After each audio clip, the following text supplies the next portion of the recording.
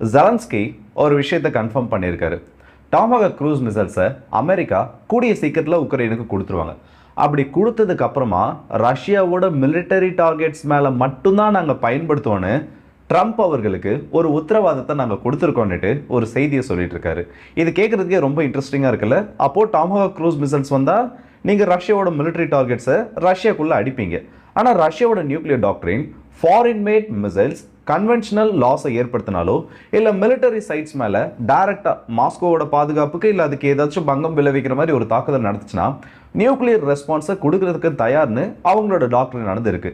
இது எல்லாத்த விட ஒரு பெரிய கொடுமை என்னன்னா, இவ்வளோ நாளாக நம்ம பேசிட்டு இருக்க ஒரு விஷயம், அமெரிக்காவோட உதவி இல்லாமல் இங்கே ரஷ்யாவுக்கு எதிராக உக்ரைன் எந்த ஒரு ஸ்ட்ரைக்கும் பண்ணுறதில்ல, அவங்களோட இன்டெலிஜென்ஸ் இன்புட் தான் இந்த இடத்துல வேலை செஞ்சுருக்குன்னு சொல்லிட்டு ரொம்ப நாளாக நம்ம பேசிகிட்டு இருக்கோம். ஆனால் இதை இன்னைக்கு மேற்குலக ஊடகங்கள் மட்டும் இல்லை, உக்ரைனே ஒத்துட்டு இருக்காங்க. ஆமாம், அமெரிக்காவோட உதவியோடு தான் நாங்கள் லாங் ரேஞ்ச் ஸ்ட்ரைக்ஸை ரஷ்யாக்குள்ளே பண்ணிட்டு இருக்கோம். இதுக்கு அமெரிக்காவோட இன்டெலிஜென்ஸ் எங்களுக்கு ரொம்ப யூஸ்ஃபுல்லாக இருக்குன்னு சொல்லிட்டு முக்கியமான ஒரு ட்ரோன் யூனிட்டோட ஹெட் இந்த இடத்துல அந்த ஒரு உண்மையை வளரிட்டாரு. இது உக்ரைனுக்கு இப்போ பேக் ஃபயரும் ஆக ஆரம்பிச்சிருக்கு. ஸோ இதை பற்றின எல்லா தகவல்களும் இந்த ஒரு பதிவில் பார்த்துடலாம். டாமஹாக்கை வச்சு உக்ரைன் உண்மையிலேயே ஒரு பெரிய திட்டத்தை கிரியேட் பண்ணியிருக்காங்க. ஸோ வாங்க வீடியோக்குள்ளே போயிடலாம். நான் உங்கள் ஆர்கே தமிழ் டிபி ட்ரெண்டிங்ஸ்.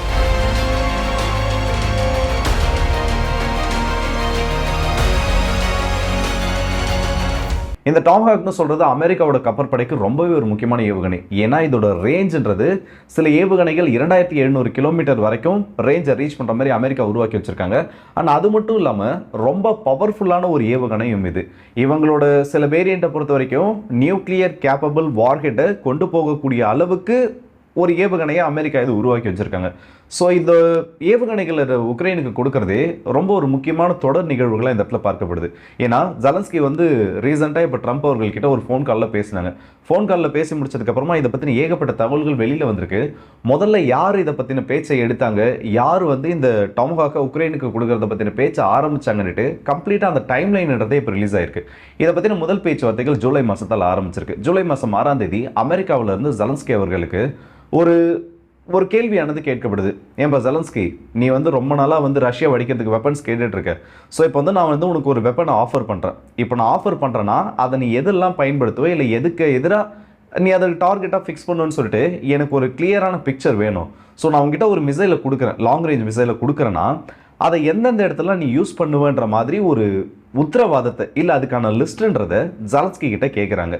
இப்படி கேட்குறப்ப ஜெலன்ஸ்கி மெயினாக அதில் சொல்ல விஷயம் என்னென்னா, உக்ரைனுக்கு எதிராக ரஷ்யா பயன்படுத்தக்கூடிய military sites, airfields, air bases, naval stations, drone manufacturing hubs, missile manufacturing hub, இது எல்லாத்தையும் நான் தாக்குவேன், சிவிலியன் டார்கெட்ஸை தொட மாட்டேன்னு சொல்லியிருக்காரு. சரி, ஓகே, இந்த லிஸ்ட்ல மாஸ்கோ இருக்கான்னு பார்த்தோன்னா எந்தெந்த இடத்துலாம் உக்ரைனுக்கு எதிரான மிசைல்ஸ் மேனுஃபேக்சர் பண்ணப்படுதோ அந்த சைட்ஸை நாங்கள் அடிப்போன்ற மாதிரி அதில் மென்ஷன் பண்ணியிருக்காரு. ஸோ இந்த டைம்லைன் ஒத்து போகுது. ஜூலை மாசத்துல முதல் முறையாக ட்ரம்ப் அவர்கள் ஒரு விஷயத்த சொல்றாரு, மாஸ்கோவை தாக்குறதுக்கும் உக்ரைனுக்கு நான் பர்மிஷனை கொடுப்பேன், கூடிய சீக்கிரத்தில் ஒரு அமைதி பேச்சுவார்த்தைக்கு ஒத்துக்கலனா இந்த விஷயமும் நடக்கும்ன்ற மாதிரி ஒரு செய்தியை வெளியில் சொல்றாரு.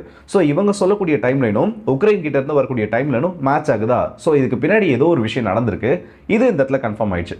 இதுக்கு அடுத்தபடியாக பார்த்தோன்னா இப்போ ரீசெண்டாக நடந்திருக்கக்கூடிய கால் தான். ஸோ திரும்பவும் ஜெலன்ஸ்கி அவர்களுக்கு ட்ரம்ப் அவர் ஒரு உத்தரவாதமாக கொடுத்துருக்காரு. உனக்கு கண்டிப்பாக நான் மிசைலை கொடுக்குறேன், ஆனால் நான் கொடுக்குற மிசைல்னால உனக்கு வெற்றி கிடைக்கிற மாதிரி டார்கெட்ஸை நீங்கள் செலக்ட் பண்ணணும். உக்ரைனுக்கு ஏதாச்சும் ஒரு பாசிட்டிவ் அப்ரோச் கிடைக்குது, இல்லை உக்ரைனுக்கு உண்மையிலேயே ஏதாச்சும் ஒரு இடத்துல வெற்றி கிடைக்க போதுன்னா அந்த மாதிரி டார்கெட்ஸை தான் நீங்கள் சூஸ் பண்ணணுன்னுட்டு ஒரு அறிவுரையும் கொடுத்துருக்காங்க. அப்போது டாமஹாக் ஏவுகணைகள் உக்ரைனுக்கு வரப்போகிறது ஆல்மோஸ்ட் கன்ஃபார்ம் ஆயிடுச்சு. ஆனால் இதில் இந்த எம்டிசிஆரோட கைட்லைன்ஸ்லாம் இருக்கிறதுனால ஒரு குறிப்பிட்ட ரேஞ்சுக்கு மேலே இருக்கக்கூடிய மிசைல் இவங்களால கொடுக்க முடியாது. ஸோ அப்படி பார்த்தோன்னா ஒரு 400 அந்த ஆவரேஜ் ரேஞ்சில் தான் இவங்களால மிசைலை கொடுக்க முடியும். மேக்ஸிமம் பார்த்தோன்னா ஒரு 500, அதுக்கு மேலே ஏவுகணைகளை கொடுக்க முடியாது. சொல்ல முடியாது, பின்னாடி வழியாக இவங்க ரொம்ப தூரம் ஒரு 1000 கிலோமீட்டர் போகக்கூடிய ஏவுகணைகளை கொடுத்தாலும் வாய்ப்புகள் இருக்குது, நம்ப முடியாது இவங்க சொல்கிறது வரைக்கும். ஆனால் மாஸ்கோ இன்கேஸ் டாமஹாக் ஸ்ட்ரைக் பண்ணுச்சுன்னு வைங்க, ரஷ்யாவோட நியூக்ளியர் டாக்டர்னு அது ட்ரிகர் பண்ணும். ஏன்னா இவங்க ரீசெண்டாக நம்ம அதை பற்றி தெளிவாக ஒரு வீடியோவே போட்டிருக்கோம். ரஷ்யாவோட நியூக்ளியர் டாக்டர்னா என்ன, போன தடவை இருந்ததுக்கும் இப்போ இருந்ததுக்கு அவங்க என்னென்ன சேஞ்சஸ் பண்ணியிருக்காங்கன்னு சொல்லிட்டு. ஸோ அப்படி இருக்கப்போ மாஸ்கோவில் இல்லை கிரெம்லினுக்கு எதிரான ஒரு அட்டாக்கை டாமஹாக் பண்ணிருச்சு, இல்லை கிரெம்லின் மேலே ஒரு டாமஹாக் க்ரூஸ் மிசைல் விழுந்து வெடிச்சிருச்சுன்னா அதை விட ஒரு எப்படி சொல்கிறது, ரஷ்யாவோட நியூக்ளியர் ரெஸ்பான்ஸை ட்ரிகர் பண்ணுறதுக்கு ஒரு ஆப்ஷன்ன்றதே கிடையாது. அவங்களோட நியூக்ளியர் டாக்டரில் இப்போ லாஸ்ட்டாக 2024 அப்டேட் பண்ணதில் தெளிவாக ஒரு விஷயத்த சொல்லியிருக்காங்க. ஏன்னா கிரெம்லின்ன்றது கம்ப்ளீட்டாக ரஷ்யா பொறுத்தவரைக்கும் ஒரு கமாண்ட் இன்ஃப்ராவுக்கு கீழே வந்துடும். அப்படி இருக்கப்போ அதை நீங்கள் ஸ்ட்ரைக் பண்ணிட்டீங்க, அந்த மிசைலை யார் கொடுத்தாங்களோ அவங்களுக்கு எதிரான ரெஸ்பான்ஸை இந்த இடத்துல ரஷ்யாவால் பண்ண முடியும். இது அமெரிக்காவுக்கும் நல்லா தெரியும். அப்படி இருக்கப்போ ஏன் இந்த மாதிரி பேச்சுக்களை இந்த இடத்துல கொண்டு வராங்க? ஒருவேளை காசாக்குள்ள பீஸ் டீல் முடிஞ்சிருச்சு. ஸோ இப்போ இதுக்கு அடுத்தபடியாக ரஷ்யாவோட அதிபரை ஒத்துக்க வைக்கணுன்றதுக்காக இந்த மாதிரி சைக்காலஜிக்கல் ஆப்ரேஷன்ஸ் பண்ணுறாங்களான்றது தெரியல. ஆனால் தெளிவாக இவங்களோட கேம் பிளான்றது போயிட்டு இருக்கு. இவரோட பேச்சு கேட்டு ஜெலன்ஸ்கி ஏதாச்சும் ஏடாகூடமாக பண்ணாருன்னு வைங்க, அமெரிக்கா அந்த பக்கம் ஒதுங்கி நின்றுவாங்க. இந்த இடத்துல உருள வர மாட்டாங்க. கடைசியில் மாட்டிட்டு முடிக்க போகிறது ஜெலன்ஸ்கியா மட்டும்தான் இருப்பார்.